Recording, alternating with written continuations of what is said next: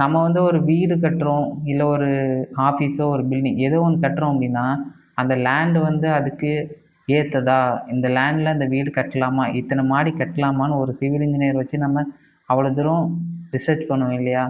ஆனால் ஒரு டேமே கட்டியிருக்காங்க, அந்த இடத்துல எப்படி ரிசர்ச் பண்ணாமல் கட்டினாங்கன்னு தெரியல. அதுதான் வந்து மில்லியன் கணக்கான மக்களோட கொஸ்டின் மார்க்காக இருக்குது. ஹே கைஸ், நான் உங்கள் Arun. Welcome to time with Arun. இன்றைக்கி நம்ம என்ன பார்க்க போகிறோம் அப்படின்னா, உலகத்திலேயே மிகவும் ஆபத்தான அணையை பற்றி தான் நான் உங்களுக்கு டீட்டெயிலாக எக்ஸ்பிளைன் பண்ண போகிறேன். இதை வந்து எக்ஸ்பெக்டே சொல்கிறாங்க one of the most dangerousest dam இந்த வேர்ல்டு அப்படின்னு. அப்படி என்ன தான் இருக்குது இந்த அணையில் அப்படிங்கிறத நான் டீட்டெயிலாக சொல்கிறேன். முக்கியமாக பார்த்தீங்கன்னா, இந்த அணையோட மெயின் எதிரியே தண்ணி தான் சொன்னால் நீங்கள் நம்புவீங்களா? ஆமாங்க, இந்த அணையோட மெயின் எதிரியே தண்ணி தான். என்னங்கிறத வீடியோ ஃபுல்லாக பாருங்கள் கைஸ். ஃபஸ்ட்டு நம்ம வீடியோக்குள்ளே போகிறதுக்கு முன்னாடி உங்களுக்கு ஒரு உண்மையை சொல்லிடுறேன். இங்கே பாருங்கள், உங்களுக்காக ஒரு டாக்குமெண்ட்டை நான் ரெடி பண்ணியிருக்கேன். ஸோ ஏன்னா நான் வந்து ஸ்கூல் காலேஜ் படிக்கும்போது கூட இந்தளவுக்கு நான் ப்ரிப்பேர் பண்ணதே கிடையாது.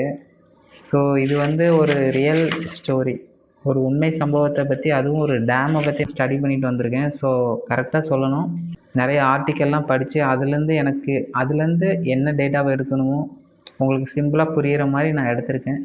ஸோ கொஞ்சம் எஃபர்ட் போட்டிருக்கேன். என்னோடய மற்ற வீடியோவை விட இதில் வந்து நான் 100% வந்து அதிகமாகவே எஃபர்ட் போட்டிருக்கேன். ஸோ முடிஞ்சால் வீடியோ ஃபுல்லாக பாருங்கள். வீடியோ பிடிச்சிருந்தா மறக்காமல் உங்கள் ஃப்ரெண்ட்ஸ் அண்ட் ஃபேமிலிக்கு ஷேர் பண்ணுங்கள். ஒரு டேம் உடஞ்சிதுன்னா என்ன ஆகும்? சில கிராமங்கள் வெள்ளத்தில் மூழ்கலாம், சில வீடுகள் வந்து சேதமடையலாம். அப்படி தானே நம்ம திங்க் பண்ணுவோம். ஆனால் இன்றைக்கி நான் சொல்ல போகிற இந்த டேம் உடஞ்சிது அப்படின்னா லட்சக்கணக்கான மக்களோட உயிர்கள் வந்து ஆபத்தில் சிக்கிடும். அதனால தான் எக்ஸ்பர்ட்லாம் சொல்கிறாங்க இந்த டேம் வந்து one of the most dangerous dam இந்த வேர்ல்டு அப்படின்னு. இன்றைக்கி நம்ம பார்க்க போகிற டேம் வந்து மோசூல் டேம். இது வந்து ஈராக்கில் தான் லொக்கேட் ஆகிருக்கு. ஸோ வாங்க இதை பற்றி டீட்டெயிலாக பார்க்கலாம். இந்த அணை எப்போ கட்டியிருக்காங்கன்னு பார்த்தீங்கன்னா 1980 கட்டியிருக்காங்க. டைக்ரீஸுங்கிற ஒரு ஆற்றோட குறுக்க கட்டியிருக்காங்க. இதோட மெயின் நோக்கம் என்ன அப்படின்னு பார்த்தீங்கன்னா, விவசாயத்துக்கு தண்ணி கொடுக்கணும், அண்டு மின்சார உற்பத்திக்கு, அதுக்கப்புறம் வெள்ளத்தை தடுக்கிறதுக்கு. 3 பாயிண்ட்டுக்காக தான் மெயினாக கன்ஸ்ட்ரக்ட் பண்ணியிருக்காங்க. அதில் வந்து அவங்களோட தாட்ஸில் எந்த ஒரு தப்புமே இல்லை. ஆனால் அவங்க லொக்கேட் பண்ண அந்த பிளேஸ், அங்கே தான் ஒரு தப்பு நடந்திருக்கு. சின்ன தப்பு இல்லைங்க, one of the biggest mistake. நம்ம வந்து ஒரு வீடு கட்டுறோம், இல்லை ஒரு ஆஃபீஸோ ஒரு பில்டிங் ஏதோ ஒன்று கட்டுறோம் அப்படின்னா, அந்த லேண்டு வந்து அதுக்கு ஏற்றதா, இந்த லேண்டில் இந்த வீடு கட்டலாமா, இத்தனை மாடி கட்டலாமான்னு ஒரு சிவில் இன்ஜினியர் வச்சு நம்ம அவ்வளோ தூரம் ரிசர்ச் பண்ணுவோம் இல்லையா? ஆனால் ஒரு டேமே கட்டியிருக்காங்க, அந்த இடத்துல எப்படி ரிசர்ச் பண்ணாமல் கட்டினாங்கன்னு தெரியல. அதுதான் வந்து மில்லியன் கணக்கான மக்களோட கொஸ்டின் மார்க்காக இருக்குது இன்றைக்கு வரைக்கும். அது வந்து ஒரு நீங்கள் கேட்கலாம், என்னடா 40 அபோவ் 40 இயர்ஸ் ஆச்சு, இன்னுமே அந்த டேம் இருக்க தான் செய்யுது, அதை பற்றி என்ன, அதில் என்ன இருக்குது அப்படின்னு நினைக்கலாம். ஆனால் அதில் தான் ஒரு அதிசயம் நடந்திருக்கு. அதிசயத்துக்கு மேலே பல பேரோட ஹார்ட் ஒர்க் அதில் இருக்குது. அதனால தான் அந்த டேம் வந்து இன்னுமே ஸ்ட்ராங்காக நின்றுட்டுருக்கு. ஸோ அது என்னங்கிறத நான் உங்களுக்கு சொல்கிறேன், ஃபுல்லாக பாருங்கள். இந்த அணை கட்டின இடத்துல தான் மிகப்பெரிய தப்பு நடந்திருக்குன்னு சொன்னேன் இல்லையா? அது என்ன மிஸ்டேக் அப்படின்னா, இந்த டேம் லொக்கேட் ஆகிருக்கு, அந்த டேமோட பாட்டமில் ஜிப்சம் அப்படிங்கிற ஒரு பாறை இருக்குது. அந்த ஜிப்சம்ங்கிற பாறைக்கு மேலே தான் அந்த டேம் வந்து லொக்கேட் ஆகிருக்கு. இந்த ஜிப்சம் பாறையோட மிகப்பெரிய பிரச்சனை என்ன தெரியுமா? இது வந்து தண்ணி பட்டாலே மெதுவாக கரைய ஆரம்பிச்சிடும். டேமில் வந்து தண்ணி நிரம்புனா கொஞ்ச நாளையே மெதுவாக அந்த கீழே இருக்க ஜிப்சம் பாறை வந்து கரைய ஆரம்பிச்சிடும். கீழே பாறை கரைய ஆரம்பிச்சுன்னா என்ன ஆகும்? கீழே வந்து பாட்டமில் எம்டி ஸ்பேஸ் உருவாகும் இல்லையா? அந்த எம்டி ஸ்பேஸ் உருவாச்சுன்னா நமக்கு வந்து வெளியிலேருந்து பார்க்குறதுக்கு okay, it looks like normal அப்படின்னு தான் தெரியும். ஆனால் வெளியேருந்து பார்க்க தான் சாதாரணமாக தெரியுமே தவிர நமக்கு உள்ளே என்ன நடக்குங்கிறது வெளியே தெரியாது இல்லையா? ஒரு நாள் அந்த பேஸ்மெண்ட், அந்த அடித்தளம் வந்து தாங்காமல் போச்சுன்னா அந்த அணையே சரிஞ்சு விழக்கூடிய அபாயம் இருக்குது. அதனால தான் US army corporation of engineers வந்து இந்த டேமை one of the most dangerous dam இந்த வேர்ல்ட் அப்படின்னு எச்சரிச்சிருக்காங்க. அவங்களோட கணக்கெடுப்புப்படி இந்த டேம் உடஞ்சிது அப்படின்னா ஒரு மிகப்பெரிய வெள்ள அலை, அதாவது சுனாமி மாதிரி ஒன்று உருவாகும். சாலைகள், வீடுகள், கிராமங்கள், நகரங்கள் எல்லாமே சில மணி நேரத்தில் அழிஞ்சிடும் அப்படின்னு சொல்கிறாங்க. இதனால் மில்லியன் கணக்கான பீப்புள் வந்து பாதிக்கப்படுவாங்க.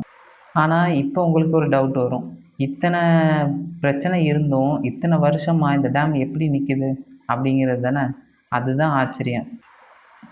எப்படின்னா இன்ஜினியர்ஸ் வந்து ஒவ்வொரு நாளும் இந்த டேம் கீழே இருக்கிற எம்டி ஸ்பேசஸை கண்டுபிடிக்கிறாங்க.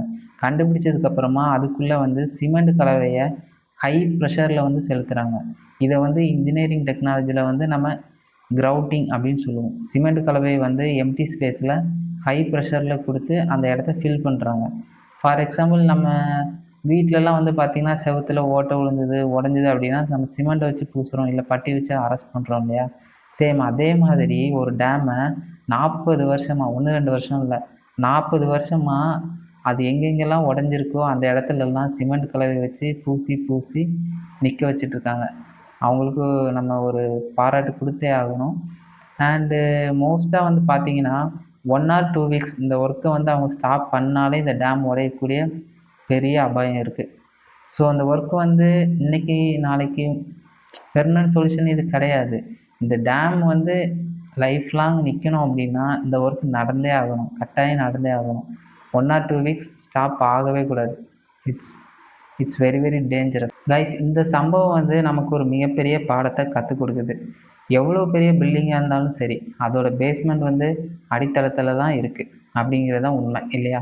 ஸோ அதே மாதிரி அது ஒரு அணையாக இருந்தாலும் சரி, அல்லது ஒரு நிறுவனமாக இருந்தாலும் சரி, அல்லது உங்கள் வாழ்க்கையாக இருந்தாலும் சரி, அது உங்களுடைய லைஃப் பார்ட்னராக இருந்தாலும் சரி, அடித்தளம் எவ்வளோ ஸ்ட்ராங்காக இருக்குதோ அதை பொறுத்து தான் நம்ம வந்து லைஃப்பில் நீண்ட நாள் வந்து நிலைத்து நிற்க முடியும் இல்லையா?